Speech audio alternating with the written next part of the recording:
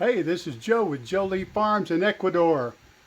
We're coming to you this morning from our rabbit pen. It's a little windy outside today. This is what's known as the windy season here. But I wanted to talk to you today a little bit about building rabbit cages in the battery style cages that we use here. So I want to talk to you a little bit about techniques that we use to help make the cages last a long time and also to help secure the rabbits. All right, we'll get right to it. So I'm going to use some unoccupied rabbit cages to show you how we build our cages. This is the 1x2 galvanized wire. They do make a double dip galvanized wire that we can't get here in Ecuador, and that might be preferable even though it's more expensive. So we do use a 1x2 inch floor wire, as you can see here, and then a this is a 1/2 x 2 inch floor wire, and then this is a 1x2 that we use on the sides. Now these are all joined together with what we call J-clips. These are a galvanized clip. Now we only use these on the sides and around the top, and the reason we don't use them at the bottom is a J-clip can actually hold urine inside of it if it's turned sideways and prematurely rust that out and destroy it.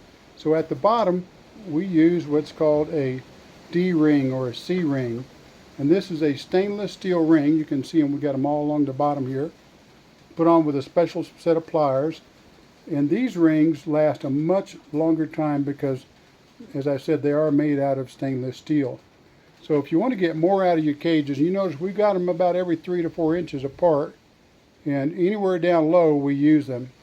This J-clip right here, let's see, this one right here is okay because it's not going to hold urine because it's vertical right here.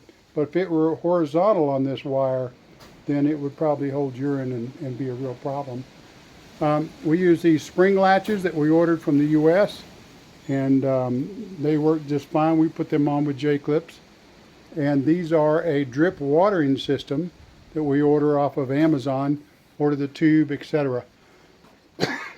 Excuse me, that's just one of those things we can't get here in Ecuador. Now if you'll notice, we cut the hole for the cages, we cut the wire long and then bend it over like this one right here. You get a better view of that.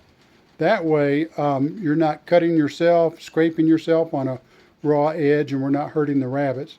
So all of those are going to be bent over. Now in the US, they make what's called a baby saver, which is a real tight graduated wire on the sides. We don't have that in Ecuador, so we have to kind of make our own. We take some of this 1/2 x 2 inch wire and double up here at the bottom, and that way a small baby that manages to crawl out of the nest won't crawl through the wire and fall out and die.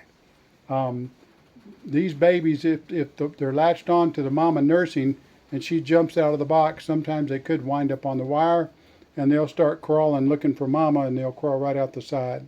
So we don't want that to happen. Now one thing you'll notice is here in the center of our cages we have a big steel bar that runs down the middle, and that's to support the floor and keep it from sagging in here. And that is easier on the rabbit's feet, easier on the wire, makes the wire last longer, and we don't get sore hocks from the rabbits. You can also use a 1/4 inch rebar, as you see right here. We use a 1/4 inch rebar and run that completely along the edge. The idea is to support the bottom of the cage and not block the manure from dropping through, the little rabbit bunny pellets. They need to drop straight through. So these cages right here are exceptionally large, and the reason they are is we're going to have some Flemish giant rabbits who are going to occupy these cages. We want to make sure that it's plenty big and they can stand up and do fine. Now as you can see over here, we have our feeders. We cut a hole in the wire. These are a cheap feeder, galvanized, we buy here in Ecuador. And we buy those on a website called mercadolibre.com.ec. Mercado Libre stands for free market, and it's kind of like a eBay for all of Ecuador. So it's independent vendors that sell on there. And so these are very inexpensive. I wish they were taller and held more. They don't. We can order the larger ones from the US, It'd be terribly expensive to get them down here, $8 to $10 a pound in shipping alone. And then you have to pay, of course, for the feeders. You can see here, we'll see if Mama let her look at the babies. A metal nest box is preferable, but we can't get those here. So we are using plywood, and you see this bar across the top. This helps keep the babies in. So when Mama's nursing, she hops out. Hopefully it scrapes the baby off and leaves the baby in the box. These are all new babies. Their eyes are open, and they are ready to hop out of the box pretty soon. There's 8 of those little guys in there. So again, you see we've got the wire bent over on the edge here, and we're trying to be sure there's nothing that can catch a rabbit or a human being. And you can always file those off. And they have in the States what's called edge guard that will snap on there, but we don't have that here. And again, trying to ship it down here is more problem than it's worth. So we just bend the wires over, and that works fine. Now, we use a piece of 1/4-inch rebar in the top of all of our cages, and I like clothesline wire. I always use this in the States, I use it here. And so that's how we hang our cages. They're hung from clothesline wire all the way up to the top of this building here. And this takes the weight off of an individual section of wire, and again, makes the wire last longer. All the way down, you see we've got the 1/4-inch rebar that holds that wire, holds the cage in place, and it's not going anywhere. Same thing on this side. We've got all 1/4-inch rebar hung with wire. It all works wonderful.